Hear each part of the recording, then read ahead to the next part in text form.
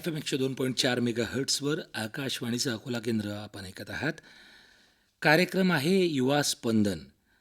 आजच्या कार्यक्रमात Swami Vivekananda group of ऑर्गनायझेशनचे अध्यक्ष तथा राष्ट्रीय युवा व्याख्याते श्री राजेश पाटील टाले यांची नितीन सुभाषराव ताथोड यांनी घेतलेली मुलाखत. तांत्रिक सहाय्य आहे गजानन गवारे यांचं. सादर करते आहेत विनोद गवळी आणि ही अकोला आकाशवाणी केंद्राची निर्मिती आहे.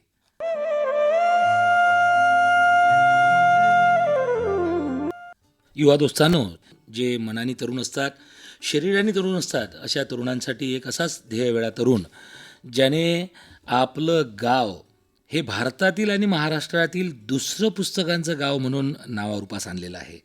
असाच एक तरुण जो राष्ट्रीय युवा व्याख्याता म्हणून नावरूपास आलेला आहे. असाच एक तरुण की ज्याने आजपर्यंत 900 ते 1000 व्याख्याने दिलेली आहेत. तर मग आजच्या या कार्यक्रमात आपण आमंत्रित केलं आहे राजेश शंकरराव टाले पाटील यांना. नमस्कार. नमस्कार. तुमचं हे जे Swami Vivekananda group of organisation आहे, याची संकल्पना तुम्हाला कशी सुचली? पॉलिटेक्निकला वाशिमला असताना आम्ही दरवर्षी उन्हाळी आणि हिवाळी शिबिरांमध्ये स्वइच्छेनं मी, माझे मित्र पुन्हा मुंबई साईडला विविध सामाजिक संस्थांच्या शिबिराला जायचो. बरं. आणि तिथं गेल्यानंतर तिथं महाराष्ट्रभरातून वेगवेगळ्या भागातून मुलं यायचे आणि तिथं चर्चा व्हायची की बा आमच्या भागात अशा प्रकारे संस्था आहेत की ते ग्रामीण भागातील मुलांसाठी, त्या भागासाठी काम करतात. बरं. आणि मग असं जाणवलं की अशी संस्था आपल्या भागातही असावी. नक्की. तर हा विचार त्या काळात आमच्या मनात होता. आणि जेव्हा माझं इंजिनिअरिंग कंप्लीट झालं, मग इंजिनिअरिंग कंप्लीट झाल्यानंतर या गोष्टीला आम्ही एक मूर्त स्वरूप देण्याचं ठरवलं. बरं. आणि स्वामी विवेकानंदांचा माझ्यावर, त्यांच्या विचारांचा विशेष प्रभाव होता. बरं. म्हणून स्वामी विवेकानंदांच्या नावाने आम्ही स्वामी विवेकानंद ग्रुप ऑफ ऑर्गनायझेशनची स्थापना केली. आणि या माध्यमातून आमच्या माजोळ गावातून सुरुवात करून अकोला वाशिम जिल्ह्यात शैक्षणिक आणि सामाजिक क्षेत्रात काम करायचं ठरवलं. बरं. की आता आपल्या ग्रामीण भागातील मुलं हुशार असतात, पण त्यांना योग्य वेळी योग्य मार्गदर्शन, योग्य माहिती मिळत नाही. मग याच्यासाठी एक माध्यम म्हणून स्वामी विवेकानंद ग्रुप काम करेल, ही त्यामागची पार्श्वभूमी होती. आणि याच हेतूनं आम्ही स्वामी विवेकानंद ग्रुपची स्थापना केली. बरं. मग या तुमच्या ग्रुप स्थापनेसाठी जो तुमचा उद्देश होता, जे तुम्ही ध्येय ठरवलं होतं, हे फार चांगलं आहे की ग्रामीण भागातील जे होतकरू मुलं आहेत किंवा जी गरीब आहेत त्यांना शिक्षणाच्या जवळ आणणे आणि त्यांना मार्गदर्शन करणे. बरोबर आहे ना? तर मग या तुमच्या ग्रुपची स्थापना तुम्ही स्वामी विवेकानंदांच्या विचारांवर प्रेरित होऊन केलेली आहे. या स्थापना करताना तुम्हाला कुणाची मदत मिळाली का? आता जेव्हा मी, हा विचार माझा वैयक्तिक होता त्यावेळेस, माझे कॉलेज विद्यार्थी माझ्यासोबत होते, पण गावात आल्यानंतर आम्ही गावातल्या सर्व समविचारी मुलांना मी एकत्र केलं. बरं. आणि त्यांना सांगितलं की आता आपलं गाव आहे, आपण शिक्षण घेतलं आणि आपण शिक्षण घेऊन आपल्या स्वतःच्या पायावर उभं राहू, पण या पलीकडे आपल्याला आपल्या गावासाठी, आपल्या परिसरासाठी काहीतरी करायचं आहे. हा विचार त्यावेळेस मी माझ्या समविचारी मित्रांच्या समोर मांडला. आणि त्यापैकी 7 मुलांपासून आम्ही या ग्रुपची सुरुवात केली. आणि त्या 7 मुलांपासून सुरू झालेला ग्रुप आज अकोला वाशिममध्ये जवळपास 4-4.5 हजार स्वयंसेवकांपर्यंत येऊन पोचला. म्हणजे या सर्वांची साथ आहे, त्यामुळेच हे एक विचार आज एक चळवळ बनलेला आहे. तर यात आमच्या मित्रपरिवाराची, समविचारी लोकांची एक चांगल्या प्रकारची मदत गेल्या 12 वर्षापासून सातत्यानं मिळत आहे. त्यामुळेच आज ही चळवळ एक व्यापक स्वरूपात समोर येत आहे. या तुमच्या ऑर्गनायझेशनचं मुख्य उद्देश काय होता? आता या म्हणजे स्वामी विवेकानंद ग्रुप स्थापन करण्यामागचा उद्देश हाच होता की जसा आता 2008, 9, 10चा आमचा काळ होता, माझी 10वी झाली होती, पण त्या काळात अशी कंडिशन होती की ग्रामीण भागात ट्युशनचा तर भागच नव्हता आणि इतर व्यतिरिक्त काही मार्गदर्शन मिळायचं तेही नव्हतं. पण जेव्हा मी वाशिम पॉलिटेक्निकला ॲडमिशन घेतली, तिथं वेगवेगळ्या भागातले मुलं आले, त्यांना स्पेशली वेगवेगळ्या प्रकारचं गायडन्स होतं. मग मनात एक खंत जाणवली की या मुलांना हे मार्गदर्शन मिळते, मग आपल्या भागात ही गोष्ट कमी आहे. मग इथं जर आपण अशा प्रकारचं एक माध्यम आपल्या मुलांना अवेलेबल करून दिलं तर आपले मुलं वेगवेगळ्या क्षेत्रात चांगल्या प्रकारे प्रगती करू शकतील. हा उद्देश होता. आणि मुलांमधील सुप्त गुणांना वाव देणे हा मेन उद्देश होता. जसं की आता ग्रामीण भागातली पोरं असतात, हे रान फुलांप्रमाणे असतात. नक्की. त्यांना योग्य वेळी योग्य मार्गदर्शन, योग्य खतपाणी जर मिळालं तर ग्रामीण मुलं अशी काहीतरी फुलतात की यांच्या समोर मुंबई, पुण्यातले गुलाब, कमळही फिके पडतात. तर याच उद्देशानं आपण स्वामी विवेकानंद ग्रुपची स्थापना केली की ग्रामीण मुलांना एक सुप्त गुण दाखवण्यासाठी एक माध्यम उपलब्ध व्हावं. हा मुख्य उद्देश होता. हा तुमच्या संस्थेचा झाला शैक्षणिक पैलू. मग या शैक्षणिक पैलू बरोबर तुम्ही सामाजिकता जोपासली असेलच.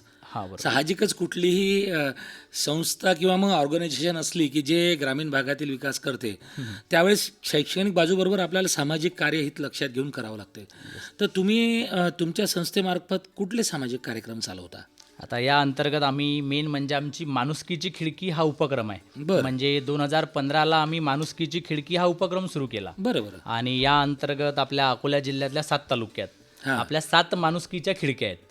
म्हणजे पहिले माणुसकीची खिडकी हा शब्द खूप चांगला वाटतो. हा, बरोबर. याची संकल्पना काय होती? आता माणुसकीची खिडकी म्हणजे कशी की आता आपल्याला सामाजिक काम करायचं आहे. हां. आता विशेषतः आपल्या अकोला जिल्ह्यात जवळपास 25 ट्रायबल व्हिलेज आहेत. बरं. तर मग आम्ही सुरुवातीला ते 25 गावं फिरलो हां. आणि फिरल्यानंतर आम्हाला जाणवलं की या ठिकाणी खरी सामाजिक कामांची गरज आहे. बरं. तर मग या लोकांना आपल्याला मदत करता यावी हां. यासाठी मग आमच्या डोक्यात माणुसकीच्या भिंतीवरून माणुसकीची खिडकी बरं. हा नवीन उपक्रम आम्ही सुरू केला नक्की. आणि या अंतर्गत आम्ही 7 सेंटर सुरू केले हां. आणि तिथं समाजातील लोकांनी आपल्याला या सामाजिक उपक्रमात जे काही योगदान द्यायचं हां. आहे ते तुम्ही त्या खिडकीत येऊन देऊ शकता. बरं. मग त्यात कपडे असतील, शैक्षणिक साहित्य असेल, हां. सायकल्स असतील, असं वेगवेगळं साहित्य समाजातील वेगवेगळे दानशूर लोक आमच्या माणुसकीच्या खिडकी या उपक्रमावर येऊन जमा करतात बरं. आणि जमा झालेलं साहित्य आम्ही त्या ट्रायबल व्हिलेजमध्ये त्या लोकांना पुरवतो. बरं. तर हे सातत्यपूर्ण काम गेल्या 10 वर्षापासून एकदम चांगलं या माणुसकीच्या खिडकी उपक्रमाअंतर्गत चालू आहे. बरं. मग याच्या व्यतिरिक्त आणखी तुमची एक वाचनालय चळवळ, पुस्तक चळवळ म्हणून एक याची काय संकल्पना आहे? आता वाचनालय जर आता म्हटलं तर आजच्या या मोबाईलच्या काळात, हां. व्हॉट्सअप, इंस्टाग्रामच्या काळात मुलांचं वाचन कमी झालेलं आहे. बरोबर आहे. आजचे तरुण त्या वाचनापासून कोसो दूर गेलेले हां, आहेत. दूर. बरोबर आहे. हा, तर मग आम्ही त्यात एक ठरवलं की आता मी लहानपणापासून मला वाचनाची आवड आहे बरं. आणि वाचनामुळेच माझ्यामध्ये बऱ्याच गोष्टी डेव्हलप झाल्या हां. की आमच्या पूर्ण मित्रपरिवाराला त्या गोष्टीचा फायदा झाला. बरं. मग आम्ही ठरवलं की आपल्याला जर शैक्षणिक सामाजिक काम करायचं आहे हां. तर त्यातला महत्त्वाचा मुद्दा कोणता, तर ही जी आपली तरुण पिढी आहे, हे विद्यार्थी आहेत, यांना वाचनाकडे वळवावं लागेल. नक्की. कारण जेव्हा या मुलांच्या हाती पुस्तक येईल, हे मुलं पुस्तकं वाचतील, तेव्हा त्यांच्यामध्ये विचार निर्माण होतील नक्की. आणि या विचारांच्याच माध्यमातून आपण कोणताही बदल शक्य करू शकतो. तर त्यासाठी आम्ही आमच्या माजोळमध्ये पहिलं वाचनालय सुरू केलं हां. आणि त्या एका वाचनालयाचा गावात एवढ्या चांगल्या प्रकारे फरक पडला हां. की आजूबाजूच्या गावातलेही लोक स्वतःहून ग्रुपकडे आले बरं. की आमच्या गावातही तुम्ही अशा प्रकारचं वाचनालय सुरू करा, हां. अशी चळवळ सुरू करा, जेणेकरून आमच्या गावातही अशा प्रकारचे बदल होतील. बरं. आणि या वाचनालय चळवळीमुळे झालं काय की मुलांचं वाचनामुळे विचार करण्याची शक्ती वाढली आणि त्यांच्या अकॅडमिकमध्ये त्यांना या गोष्टीचा फायदा झाला. आणि सांगताना एक आनंद असं होईल की आपल्या अकोला जिल्ह्यात गेल्या 12 वर्षात 350 पेक्षा जास्त व्याख्याते या वाचनालय चळवळीमुळे निर्माण झाले नक्की. आणि आज महाराष्ट्रभर ते आपल्या अकोला जिल्ह्याचं नाव रोशन करण्याचं काम करून राहिले. खूप चांगलं काम तुमच्या संस्थेमार्फत होत आहे. बरं, तुमच्या गावातून सुरू केलेली ही वाचनालय चळवळ मग तुम्ही जिल्ह्यात कुठपर्यंत पोहोचवली? आता सुरुवात आम्ही आमच्या गावापासून केली आणि मूळ उद्देश हा होता की गावात आपल्याला काही बदल करायचा असेल तर तो वाचनानं होईल. बरं. मग गावात पहिलं वाचनालय सुरू केलं हां. आणि वाचनालय सुरू झाल्यानंतर आमचे विद्यार्थी वाचायला लागले. हां. त्यांना पाहून आई वडील वाचायला लागले. बरं. तर त्यामुळे गावात एक चांगल्या प्रकारे सामाजिक सलोखा निर्माण झाला हां. आणि माजोळमध्ये जे काही वातावरण डेव्हलप झालं, मग आम्ही ठरवलं की हे जर आपण एका वाचनालयामुळे एका गावात करू शकतो, हो. तर ही चळवळ जर आपण इतर गावात जर सुरू केली तर तिथंही अशा प्रकारचं वातावरण सुरू होईल. मग ज्या ज्या गावातले आमचे मित्रपरिवार एकत्र होते की त्यांनी ठरवलं आमच्या गावातही असं वाचनालय सुरू करा. तर अशा प्रकारे आम्ही अकोला जिल्ह्यातील जवळपास 115 गावांमध्ये लोकसहभागातून असे वाचनालय सुरू केले आणि आज हजारो मुलांना त्या वाचनालयाचा मोफत फायदा होऊन राहिला. म्हणजे गेल्या 12 वर्षात शेकडो विद्यार्थी गव्हर्नमेंट सर्व्हिसमध्ये या वाचनालयाच्या माध्यमातून रुजू झाले.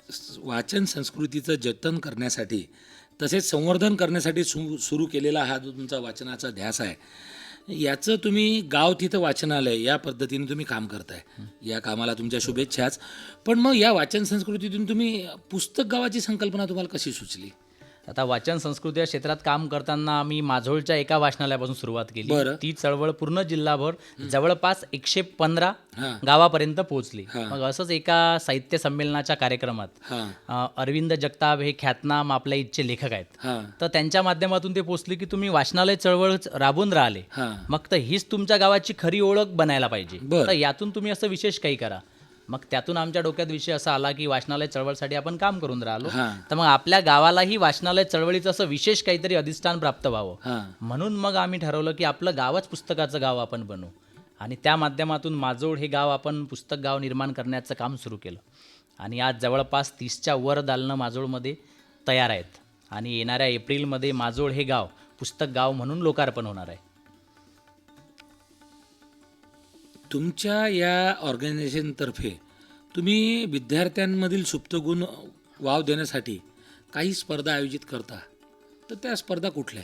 आता विद्यार्थ्यांच्या सुप्त गुणांना वाव देण्यासाठी आम्ही विविध शिबिर आयोजित करतो. हां. त्यात विशेष सांगायचं म्हणजे स्पर्श प्रेरणा शिबिर, हां की उन्हाळ्या सुट्टीमध्ये जनरली आम्ही 10 दिवसाचं ते शिबिर आयोजित करतो. हां. त्यानंतर दिवाळीच्या सुट्टींमध्ये ते शिबिर आयोजित करतो. हां यात जिल्हाभरातून जवळपास 400 विद्यार्थी आपण सिलेक्ट करतो बरं. आणि त्या विद्यार्थ्यांमध्ये जे सुप्त गुण आहेत हां ते आम्ही त्या स्टेजवर त्यांना म्हणजे प्रेझेंट करायला लावतो बरं. आणि त्या माध्यमातून त्या विद्यार्थ्यांना होईल ती मदत ग्रुपच्या माध्यमातून केली जाते.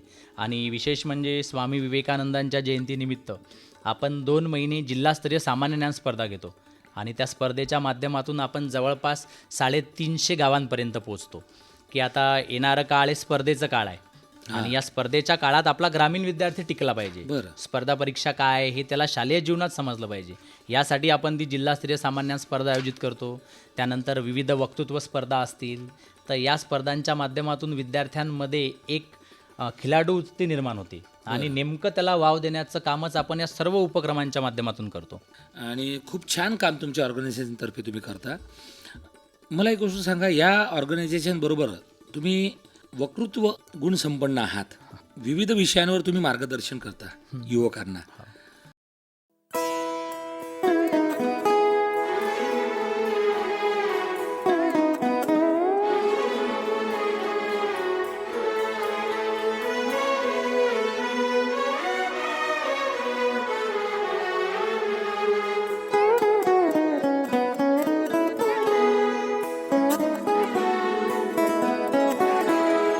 हीच मुची प्रार्थनान, हेच मुचे मागणी. हीच मुची प्रार्थनान, हेच मुचे मागणी. माणसाने माणसाशी माणसा सम वागणे. हीच मुची प्रार्थना, हेच मुचे मागणे. माणसाने माणसाशी माणसा सम वागणे. हीच मुची प्रार्थना.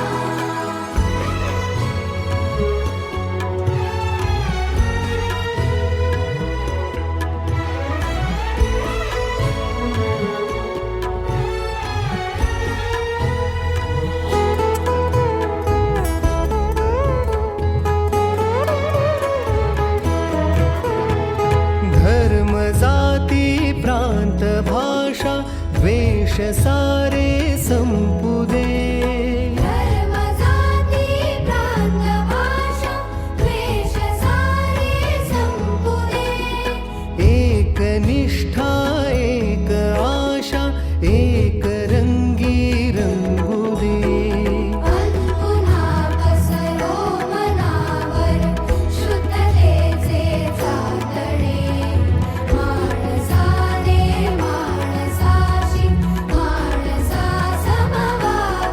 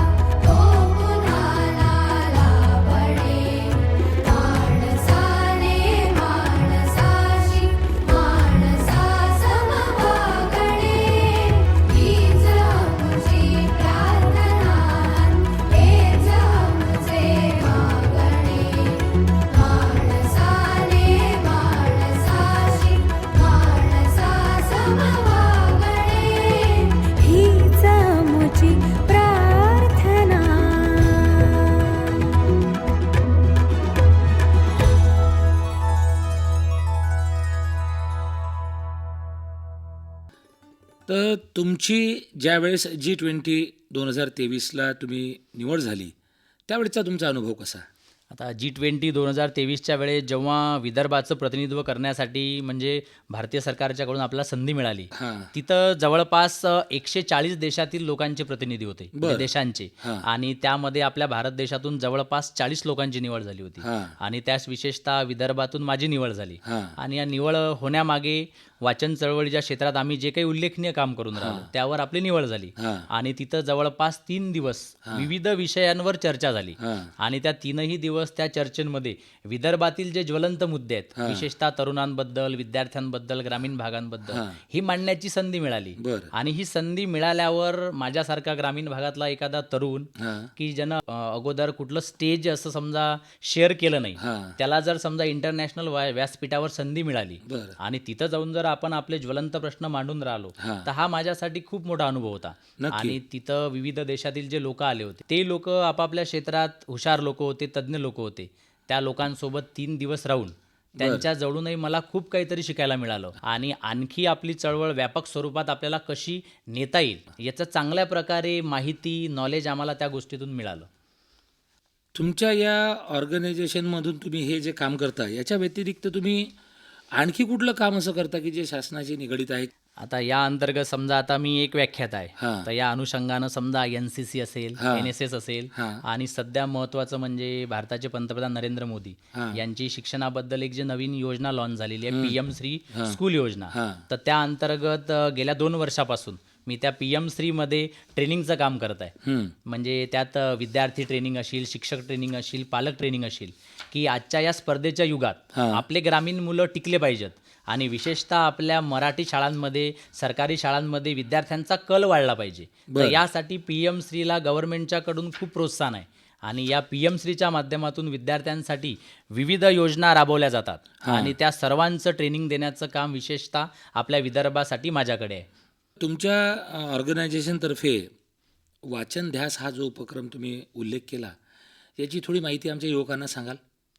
आता आजचा काळ असा आहे की या मोबाईलमुळे आपले सर्वच विद्यार्थी गोंधळलेले आहेत. हां आणि विशेषतः आजच्या काळात जर आपण विचार केला बरं तर विद्यार्थी शालेय अभ्यासक्रमाच्या व्यतिरिक्त पुस्तके वाचत नाहीत. नाही आणि मग या विद्यार्थ्यांमध्ये आपल्याला वाचनाची आवड निर्माण करावी लागेल. हां कारण वाचाल तर वाचाल. 100% आणि डॉक्टर बाबासाहेब आंबेडकरच म्हणतात, तुमच्याकडे जर 2 रुपये असतील, त्यातलं 1 रुपयाची भाकरी घ्या आणि 1 रुपयाचं पुस्तक घ्या. पुस्तक घ्या. मग आजच्या काळात जर विद्यार्थ्यांना वाचनाची सवय लावायची असेल बरोबर तर आपल्याला त्यांच्यासाठी काहीतरी डेडिकेटेड काम करावं लागेल. हो. तर त्यासाठी आम्ही वाचन ध्यास हा उपक्रम हाती घेतला. हां आणि या वाचन ध्यासच्या अंतर्गत आम्ही अकोला जिल्ह्यातील सुरुवातीला 100 शाळा दत्तक घेतल्या. बरं आणि त्या 100 शाळांमध्ये आमची जवळपास 100 लोकांची टीम हां गेल्या 5 वर्षांपासून काम करत आहे. की त्यामध्ये मुलांमध्ये वाचनाची आवड कशी निर्माण होईल, हां वाचलेलं मुलं कशा प्रकारे एक्सप्लेन करतील हां आणि ते कशा प्रकारे लिहितील, हां जेणेकरून त्यांच्यामधलं पोटेन्शियल बाहेर आलं पाहिजे. बरं तर यासाठी आम्ही गेल्या 5 वर्षापासून काम करून राहिलो. हां आणि त्याचे रिझल्ट एवढे चांगले आहेत की मुलं दर आठवड्याला स्वतःहून एक पुस्तक वाचतात. दर शनिवारी 100-150 विद्यार्थ्यांमध्ये वाचलेलं पुस्तक 2 मिनिटात एक्सप्लेन करतात. म्हणजे हे मुलं जेव्हा 100 मुलात त्या पुस्तकाबद्दल माहिती देतात तर त्यात ऑटोमॅटिक समोरच्या 100 मुलांना या पुस्तकाबद्दल माहिती होते, बरोबर आहे. त्यांच्यामध्ये बोलण्याची हिंमत येते. नक्की. म्हणजे त्या मुलांमध्ये वाचनाची आवड निर्माण होते. एक पुस्तक जर वाचलं तर 100% त्या मुलामध्ये समोरचं पुस्तक वाचण्याची आवड निर्माण होते. बरं आणि या वाचण्यामुळे काय झालं की मुलांमध्ये एक ग्रास्पिंग पॉवर वाढली. आणि त्याच मुलांचं अकॅडमिकमध्ये पाठांतर हा विषय बंद झाला. बरं म्हणजे वाचलं ते समजून घेतात, समजलेलं स्वतःचं मत चांगल्या प्रकारे व्यक्त करतात. बरं म्हणजे जसं की आता आपल्या शैक्षणिक पद्धतीत आपण म्हणतो की आता रेसचे घोडे तयार होऊन राहिले, हां मुलांचा सर्वांगीण विकास नाही होऊन राहिला. हां पण वाचन ही अशी गोष्ट आहे की समाजात निर्माण होणाऱ्या प्रत्येक समस्येचं मेन कारण, मेन सोल्युशन जर शोधायचं असेल तर ते वाचनानं भेटते.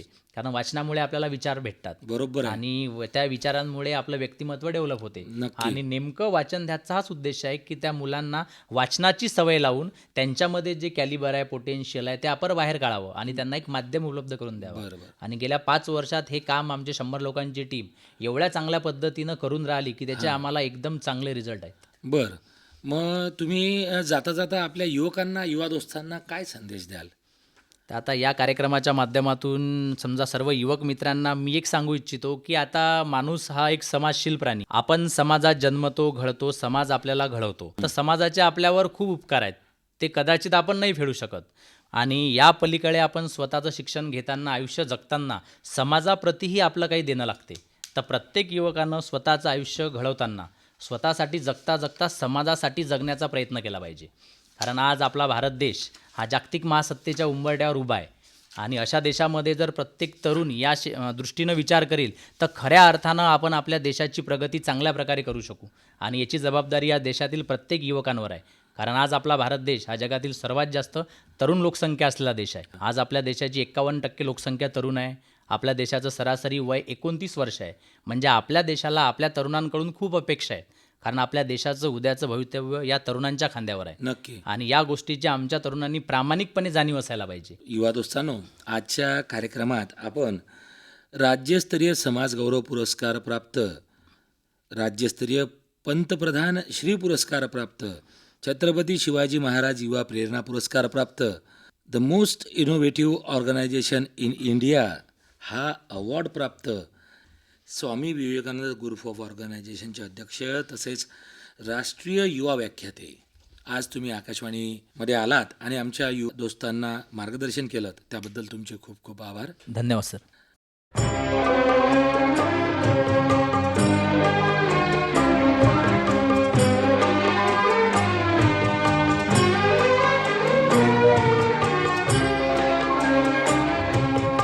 गगन सदन तेजोमय गगन सदन तेजोमय तिमिर हरुण करुणाकर